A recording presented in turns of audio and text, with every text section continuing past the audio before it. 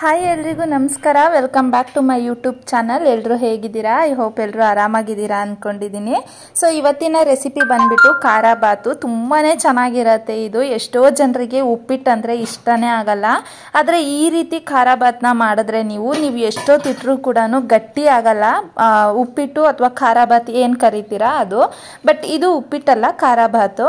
ಹಾಗೇನೆ ಇದು ಎಷ್ಟೊತ್ತಿಟ್ರೂ ಕೂಡ ಗಟ್ಟಿ ಆಗಲ್ಲ. ನೀವು ಆರಾಮಾಗಿ ಇದನ್ನ ಟಿಫನ್ ಥರನೂ ಕೂಡ ಹಾಕ್ಕೊಡ್ಬೋದು. ಮಕ್ಕಳಿಗಾಗಿರ್ಬೋದು ಅಥವಾ ಹೊರಗಡೆ ಹಸ್ಬೆಂಡ್ಗಾಗಿರ್ಬೋದು, ಲಂಚ್ ಬಾಕ್ಸ್ಗೆ ಆರಾಮಾಗಿ ಹಾಕ್ಕೊಡ್ಬೋದು. ಯಾಕಂತಂದರೆ ನೀವು ಎಷ್ಟೊತ್ತಿಟ್ರೂ ಕೂಡ ಇದು ಗಟ್ಟಿ ಆಗಲ್ಲ. ನಾವು ಮಾಡಿದವಾಗ ಹೇಗಿರತ್ತಲ್ವ ಸಾಫ್ಟಾಗಿ ಅದೇ ರೀತಿಯೇ ಇರತ್ತೆ. ಟೇಸ್ಟ್ ಕೂಡ ಅಷ್ಟೇ ತುಂಬಾ ಚೆನ್ನಾಗಿರತ್ತೆ. ನಾವು ಯೂಶಲ್ ಆಗಿ ಹೋಟೆಲಲ್ಲೆಲ್ಲ ಖಾರ ಬಾತನ್ನು ತಿಂದಿರ್ತೀವಿ. ಆದರೆ ಖಾರ ಬಾತ್ಗೆ ಒಂದು ಸೀಕ್ರೆಟ್ ಮಸಾಲ ಪೌಡರ್ ಇದೆ. ಅದೇನು ಅಂತ ನಾನು ಈ ವಿಡಿಯೋದಲ್ಲಿ ನಿಮಗೆ ತಿಳಿಸ್ಕೊಡ್ತೀನಿ. ನೀವು ಹೋಟೆಲಲ್ಲೆಲ್ಲ ತಿನ್ನಬೇಕಾದ್ರೆ ಖಾರ ಬಾತು ಒಂಥರ ನೆಕ್ಸ್ಟ್ ಲೆವೆಲ್ ಫ್ಲೇವರಲ್ಲೇ ತುಂಬಾ ಚೆನ್ನಾಗಿರತ್ತೆ. ಸೊ ಅದಕ್ಕೆ ಅವರು ಏನು ಪೌಡರ್ನ ಯೂಸ್ ಮಾಡ್ತಾರೆ, ಏನು ಹಾಕಿದ್ರೆ ಆ ರೀತಿ ಫ್ಲೇವರ್ ಬರುತ್ತೆ ಅಂತ ಇವತ್ತು ನಾನು ನಿಮಗೆ ತಿಳಿಸ್ಕೊಡ್ತೀನಿ. ಇವಾಗ ವಿಡಿಯೋನ ಸ್ಟಾರ್ಟ್ ಮಾಡೋಣ. ನಾನು ಫಸ್ಟು ಒಂದು ಪಾತ್ರೆನ ಇಟ್ಕೊಂಡಿದ್ದೀನಿ. ಇದಕ್ಕೆ ಒಂದು 4 ಚಮಚ ಆಗೋಷ್ಟು ಎಣ್ಣೆನ ಹಾಕಿದ್ದೀನಿ. ಹಾಗೆ ಒಂದು ಅರ್ಧ ಚಮಚ ಆಗೋಷ್ಟು ಸಾಸಿವೆನ ಹಾಕಿದ್ದೀನಿ. ಮತ್ತು ಇನ್ನೊಂದು, ದಯವಿಟ್ಟು ವಿಡಿಯೋನ ಸ್ಕಿಪ್ ಮಾಡ್ದಿರಾ ನೋಡಿ. ಯಾಕಂತಂದರೆ ಖಾರ ಬಾತಿಗೆ ನಾವು ನೀರಿನ ಪ್ರಮಾಣ ಆಗಿರ್ಬೋದು ಅಥವಾ ರವೆ ಪ್ರಮಾಣ ಆಗಿರ್ಬೋದು ಎರಡನ್ನೂ ತಗೊಳ್ಳೋದು ತುಂಬಾ ಇಂಪಾರ್ಟೆಂಟ್ ಆಗುತ್ತೆ. ಯಾವುದನ್ನ ಎಷ್ಟು ತಗೋಬೇಕು ಮತ್ತು ಆ ಸೀಕ್ರೆಟ್ ಮಸಾಲ ಪೌಡರ್ ಯಾವುದು ಅಂತ ತಿಳ್ಕೊಬೇಕು ಅಂದರೆ ವಿಡಿಯೋನ ಸ್ಕಿಪ್ ಮಾಡ್ದಿರಾ ನೋಡಿ. ಇವಾಗ ನಾನು ಸಾಸಿವೆ ಹಾಕಿದ್ದಾದಮೇಲೆ ನಿಮ್ಗೇನಾದರೂ ಇಷ್ಟ ಇದ್ದರೆ ಬೇಕಾದರೆ 1 ಚಮಚ ಕಡಲೆಬೇಳೆ ಕೂಡ ಸೇರಿಸ್ಕೊಳ್ಳಿ.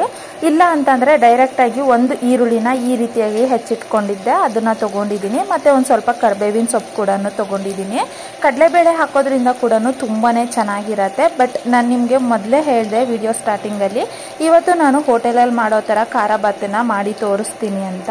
ಇವಾಗ ನಾನು ಹಸಿಮೆಣ್ಸಿನ್ಕಾಯಿ ಬದಲಾಗಿ ಒಣಮೆಣ್ಸಿನ್ಕಾಯಿನ ಹಾಕ್ಕೊಳ್ತಾ ಇದ್ದೀನಿ. ನೀವೇನಾದರೂ ಹಸಿಮೆಣ್ಸಿನ್ಕಾಯೇ ಬೇಕು ಅಂತ ಅಂದರೆ ನೀವು ಅದನ್ನೇ ಸೇರಿಸ್ಕೊಳ್ಳಿ, ತೊಂದರೆ ಏನೂ ಇಲ್ಲ. ಬಟ್ ಒಣಮೆಣ್ಸಿನ್ಕಾಯಿ ಹಾಕೋದ್ರಿಂದ ಸ್ವಲ್ಪ ಚೆನ್ನಾಗಿರತ್ತೆ ಅಂತ ಅಷ್ಟೇ ಒಣಮೆಣ್ಸಿನ್ಕಾಯಿನ ಸೇರಿಸ್ಕೊಂಡಿದ್ದೀನಿ. ಮತ್ತು ಒಂದು ನಾನು ಟೊಮೆಟೊನ ಚಿಕ್ಕ ಚಿಕ್ಕದಾಗಿ ಹೆಚ್ಚಿಟ್ಕೊಂಡಿದ್ದೆ, ಅದನ್ನು ಕೂಡ ಸೇರಿಸ್ಕೊಂಡಿದ್ದೀನಿ. ನಾವು ಬೆಳಗ್ಗೆ ಎದ್ದಿದ ತಕ್ಷಣ ಉಪ್ಪಿಟ್ಟು ಏನಾದರೂ ಮಾಡಿದ್ರೆ ಲಂಚ್ ಬಾಕ್ಸ್ಗೆ ಹೆಂಗಪ್ಪ ಹಾಕ್ಕೊಟ್ರೆ ಮತ್ತೆ ಮಧ್ಯಾಹ್ನ ಅಷ್ಟರಲ್ಲಿ ಗಟ್ಟಿ ಆಗಿಬಿಡತ್ತೆ ಅನ್ನೋ ಒಂದು ಟೆನ್ಷನ್ ಇರುತ್ತೆ. ಬಟ್ ಈ ಖಾರ ಬಾತ್ ಇದೆಯಲ್ವಾ, ಎಷ್ಟೊತ್ತಿಟ್ರೂ ಕೂಡ ಗಟ್ಟಿ ಆಗಲ್ಲ. ಆ್ಯಂಡ್ ನಾವು ಮಾಡಿದವಾಗ ಯಾವ ರೀತಿ ಸಾಫ್ಟಾಗಿರತ್ತೆ ಅಷ್ಟೇ ಸಾಫ್ಟಾಗಿ ಮಧ್ಯಾಹ್ನದವರೆಗೂ ಕೂಡ ಇರುತ್ತೆ. ಸೊ ಆರಾಮಾಗಿ ನಾವು ಲಂಚ್ ಬಾಕ್ಸ್ಗೆ ಹಾಕ್ಕೊಡ್ಬೋದು. ಇವಾಗ ನಾನು ವೆಜಿಟೇಬಲ್ಸ್ನ ತೊಗೊಂಡಿದ್ದೀನಿ. ಜಾಸ್ತಿ ವೆಜಿಟೇಬಲ್ಸ್ನ ತೊಗೊಳಕ್ಕೆ ಹೋಗಬೇಡಿ, ಯಾಕಂತಂದರೆ ತುಂಬ ಅದೇ ಆಗಿಬಿಡತ್ತೆ, ಬರೀ ಅದೇ ಬಾಯಿಗೆ ಸಿಗ್ತಾ ಹೋಗುತ್ತೆ. ಸೊ ಹಾಗಾಗಿ ಸ್ವಲ್ಪ ತಗೊಳ್ಳಿ ಸಾಕಾಗತ್ತೆ. ನಾನಿಲ್ಲಿ ಒಂದು 6 ರಿಂದ 7 ಬೀನ್ಸು ಮತ್ತು ಅರ್ಧ ಕ್ಯಾರೆಟ್ನ ತೊಗೊಂಡಿದ್ದೀನಿ. ಇದು ಎರಡನ್ನೂ ಚಿಕ್ಕ ಚಿಕ್ಕದಾಗಿ ಹೆಚ್ಚಿಬಿಟ್ಟು ನಾನು ಇಲ್ಲಿ ತೊಗೊಂಡಿದ್ದೀನಿ. ನಾನು ಮೊದಲೇ ಹೇಳ್ದಂಗೆ ಇದಕ್ಕೆ ವೆಜಿಟೇಬಲ್ಸ್ ಏನಾದರೂ ಜಾಸ್ತಿ ಹಾಕಿದ್ರೆ ನಮಗೆ ಆ ರವೆ ಹಾಕಿರೋದಕ್ಕೂ ಅದಕ್ಕೂ ಬರೀ ಅಂದರೆ ವೆಜಿಟೇಬಲ್ಸೇ ಬಾಯಿಗೆ ಸಿಗ್ತಾ ಇದ್ದರೆ ತಿನ್ನೋದಕ್ಕೆ ಚೆನ್ನಾಗಿರಲ್ಲ. ಸೊ ಹಾಗಾಗಿ ಇವಾಗ ನಾನಿಲ್ಲಿ ಒಂದು 1/4 ಚಮಚ ಆಗೋಷ್ಟು ಉಪ್ಪನ್ನ ಸೇರಿಸ್ಕೊಂಡಿದ್ದೀನಿ. ನಾವು ಉಪ್ಪನ್ನ ಮತ್ತೆ ಕೂಡ ಸೇರಿಸ್ಕೊಳ್ಬೇಕಾಗತ್ತೆ. ಸೊ ಹಾಗಾಗಿ ಇವಾಗ ಸ್ವಲ್ಪ ಈರುಳ್ಳಿ ಮತ್ತು ಟೊಮೆಟೊ ಇದೆಲ್ಲ ಏನು ಹಾಕಿದ್ದೀವಲ್ವ ವೆಜಿಟೇಬಲ್ಸ್ ಎಲ್ಲ ಸ್ವಲ್ಪ ಸಾಫ್ಟ್ ಆಗಲಿ ಅಂದ್ಬಿಟ್ಟು ನಾನು ಈ ಟೈಮಲ್ಲಿ ಸ್ವಲ್ಪ ಉಪ್ಪನ್ನ ಸೇರಿಸ್ಕೊಂಡಿದ್ದೀನಿ. ಮತ್ತು ಒಂದು 1/4 ಚಮಚ ಆಗೋಷ್ಟು ಅರಿಶಿನ ಕೂಡ ಸೇರಿಸ್ಕೊಂಡು ಮತ್ತೆ ಇದನ್ನು ನೀಟಾಗಿ ಮಿಕ್ಸ್ ಮಾಡ್ಕೊಳ್ಬೇಕಾಗತ್ತೆ. ನಿಮ್ಗೇನಾದರೂ ಎಕ್ಸ್ಟ್ರಾ ವೆಜಿಟೇಬಲ್ಸ್ ಇಷ್ಟ ಇದೆ ಅಂತ ಅಂದರೆ ನೀವು ಕ್ಯಾಪ್ಸಿಕಮ್ ಕೂಡ ಆ್ಯಡ್ ಮಾಡ್ಕೊಳ್ಬೋದು. ಇವಾಗ ತರಕಾರಿ ಬೇಯೋದಕ್ಕೆ ಒಂದು ಸ್ವಲ್ಪ ಅಂದರೆ ಒಂದು 1/4 ಗ್ಲಾಸಷ್ಟು ನಾನು ನೀರನ್ನು ಬಳಸ್ಕೊಂಡಿದ್ದೀನಿ. ನೀವೇನಾದರೂ ನಾನ್ ಸ್ಟಿಕ್ ಪಾತ್ರೆನ ತೊಗೊಂಡಿದ್ದೀರಾ ಅಂತ ಅಂದರೆ ನೀರು ಹಾಕೋ ಅವಶ್ಯಕತೆ ಇಲ್ಲ. ಹಾಗೆ ಪ್ಲೇಟ್ನ ಮುಚ್ಚಿದ್ರೆ ಅದು ಬೆಂದ್ಕೊಳ್ಳುತ್ತೆ. ಬಟ್ ನಾನಿಲ್ಲಿ ಸ್ಟೀಲ್ ಪಾತ್ರೆ ತೊಗೊಂಡಿರೋದ್ರಿಂದ ಇದು ತಳ ಹಿಡಿಯುತ್ತೆ. ಸೊ ಹಾಗಾಗಿ ಒಂದು 1/4 ಗ್ಲಾಸ್ ಆಗೋಷ್ಟು ನಾನು ನೀರನ್ನು ಹಾಕಿದ್ದೀನಿ. ಸೊ ನೀರೆಲ್ಲ ಹಾಕಿದ್ದಾದಮೇಲೆ ಇವಾಗ ಅದು ಒಂದು 1/4 ಭಾಗದಷ್ಟು ಬೆಂದಿದೆ. ಸೊ ಇವಾಗ ನಾನು ಬಟಾಣಿನ ಸೇರಿಸ್ಕೊಳ್ತಾ ಇದ್ದೀನಿ. ಹಸಿ ಬಟಾಣಿ, ನೆನೆಸಿರೋಂಥ ಬಟಾಣಿನ ತೊಗೊಳಕ್ಕೆ ಹೋಗಬೇಡಿ. ಯಾಕೆ ಅಂತ ಅಂದರೆ ನೆನೆಸಿರೋ ಬಟಾಣಿನ ತೊಗೊಂಡ್ರೆ ಅದು ಬೇಯೋದಕ್ಕೆ ತುಂಬಾ ಟೈಮ್ ತೊಗೊಳತ್ತೆ. ಈ ಕಡೆ ವೆಜಿಟೇಬಲ್ಸ್ ಬೆಂದಿದ್ರೂ ಕೂಡ ಬಟಾಣಿ ಅನ್ನೋದು ಬೇಯೋದೇ ಇಲ್ಲ. ಸೊ ಹಾಗಾಗಿ ನೀವು ಇನ್ ಕೇಸ್ ನೀವೇನಾದರೂ ನೆನೆಸಿರೋ ಬಟಾಣಿ ತೊಗೊಂಡ್ರೆ ಕುಕ್ಕರಲ್ಲಿ ಒಂದು ವಿಷಲ್ ಕೂಗಿಸ್ಕೊಂಡು ಅದಾದಮೇಲೆ ಬಳಸ್ಕೊಳ್ಳಿ, ಆವಾಗ ಬೇಗನೆ ಬೆಂದು ಹೋಗುತ್ತೆ. ಸೊ ಇವಾಗ ಬಟಾಣಿ ಹಾಕಿದ್ದಾಗಿದೆ. ಇವಾಗ ನೀಟಾಗಿ ಇದೆಲ್ಲ ಬೆಂದ್ಕೊಂಡಿದೆ. ಸೊ ಬೆಂದಿದ್ದಾದ ನಂತರ ನಾನು 1 ಕಪ್ಪು ರವೆಗೆ ಇಲ್ಲಿ 3.5 ಕಪ್ ಆಗೋಷ್ಟು ನೀರನ್ನು ತೊಗೊಂಡಿದ್ದೀನಿ. ನೆನಪಿರಲಿ, ನೀವು 1 ಕಪ್ ರವೆನ ತೊಗೊಂಡಿದ್ದೀರಾ ಅಂತ ಅಂದರೆ 3.5 ಕಪ್ ಆಗೋಷ್ಟು ನೀರು ತೊಗೋಬೇಕಾಗತ್ತೆ. ಅದೂ ಬಿಸಿ ನೀರೇ ತೊಗೋಬೇಕಾಗತ್ತೆ. ಯಾವತ್ತೇ ಆಗಲಿ ನೀವು ಉಪ್ಪಿಟ್ಟು ಮಾಡಬೇಕಾದ್ರೆ ತಣ್ಣೀರನ್ನ ಬಳಸಬೇಡಿ. ತಣ್ಣೀರು ಬಳಸೋದ್ರಿಂದನೇ ಉಪ್ಪಿಟ್ಟು ಬೇಗನೆ ಗಟ್ಟಿ ಆಗತ್ತೆ. ಸೊ ಹಾಗಾಗಿ ಆದಷ್ಟು ಬಿಸಿ ನೀರನ್ನು ತಗೊಳ್ಳಿ. ನೀವು ಉಪ್ಪಿಟ್ಟು ಮಾಡಬೇಕಾದ್ರೆ ಇನ್ನೊಂದು ಕಡೆ ಬಿಸಿ ನೀರನ್ನ ಕಾಯೋದಕ್ಕೆ ಇಟ್ಕೊಂಡ್ರೆ ಈ ಕಡೆ ಬಿಸಿ ನೀರು ಕಾಯುತ್ತೆ, ಕರೆಕ್ಟಾಗಿ ತರಕಾರಿನೂ ಬೆಂದಿರತ್ತೆ, ಎರಡಕ್ಕೂ ಸರಿ ಹೋಗುತ್ತೆ ಅವಾಗ ಟೈಮಿಂಗ್ಸು. ಸೊ ನಾವು ಮೊದಲೇ ಹೇಳ್ದಂಗೆ ಸೀಕ್ರೆಟ್ ಪೌಡರ್ ಏನು ಅಂತಂದರೆ, ಇವಾಗ ನಾನು ಒಂದು ಬಟ್ಲಿಗೆ 3.5 ಬಟ್ಲಾಗುವಷ್ಟು ನೀರನ್ನು ತೊಗೊಂಡಿದ್ದೀನಲ್ವಾ. ಸೊ ಇವಾಗ ನಾನು ಅರ್ಧ ಚಮಚ ಆಗೋಷ್ಟು ಚಿಲ್ಲಿ ಪೌಡರ್, ಖಾರದ ಪುಡಿನ ತೊಗೊಂಡಿದ್ದೀನಿ.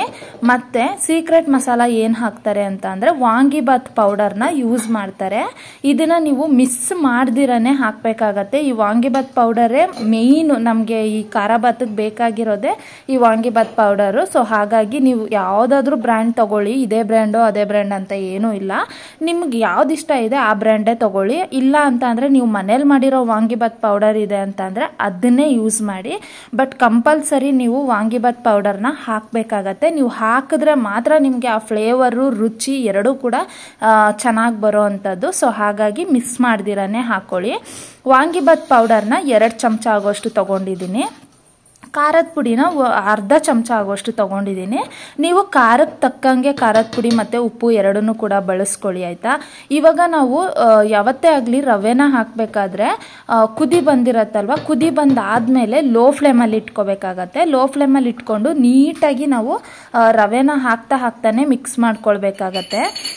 ಸೊ ಮಿಕ್ಸ್ ಮಾಡಿದ್ಮೇಲೆ ಪ್ಲೇಟ್ನ ಮುಚ್ಚಿಬಿಟ್ಟು ಒಂದು 2 ನಿಮಿಷಕ್ಕೂ ತೆಗೆದು ಓಪನ್ ಮಾಡಿಕೊಂಡು ನಾವು ಮಿಕ್ಸ್ ಮಾಡ್ತಾ ಬರಬೇಕಾಗತ್ತೆ. ಒಂದೇ ಸಲ ಮಿಕ್ಸ್ ಮಾಡಿಬಿಟ್ಟು ಪ್ಲೇಟ್ ಮುಚ್ಚಿ ಸುಮ್ಮನೆ ಆಗಬೇಡಿ. ಅವಾಗವಾಗ ಅಂದರೆ ಒಂದೊಂದು ನಿಮಿಷಕ್ಕೂ ತೆಗೆದು ನೀವು ನೋಡ್ಕೊಳ್ತಾ ಇರಬೇಕಾಗತ್ತೆ. ಏನಕ್ಕೆ ಪ್ಲೇಟ್ನ ಮುಚ್ತೀವಿ ಅಂತ ಅಂದರೆ ಅದು ನೋಡಿ ಹಾರ್ತಾ ಇದೆ ಅಲ್ವಾ, ಕೈಗೆಲ್ಲ ಹಾರ್ಬಿಡತ್ತೆ. ಸೊ ಅದಕ್ಕೋಸ್ಕರ ಪ್ಲೇಟ್ನ ಮುಚ್ಚಿಬಿಟ್ಟು, ಅಂದರೆ ಒಂದು ಸ್ವಲ್ಪ ಅದು ಗಟ್ಟಿಯಾಗೋವರೆಗೂ ಪ್ಲೇಟ್ ಮುಚ್ಚಿದ್ರೆ ಸಾಕು. ಆಮೇಲೆ ಏನು ಪ್ಲೇಟ್ ಮುಚ್ಚೋ ಅವಶ್ಯಕತೆ ಇಲ್ಲ. ನೋಡಿ ಇವಾಗೇನು ಪ್ಲೇಟ್ ಮುಚ್ಚಬೇಕು ಅನ್ನೋದು ಏನೂ ಇಲ್ಲ. ಬಟ್ ಪ್ಲೇಟ್ ಮುಚ್ಚಿದ್ರೆ ಸ್ವಲ್ಪ ಅದು ಚೆನ್ನಾಗಿ ಸಾಫ್ಟಾಗಿ ಬರುತ್ತೆ ಅನ್ನೋ ಕಾರಣಕ್ಕೆ ಪ್ಲೇಟ್ ಮುಚ್ಚೋದು.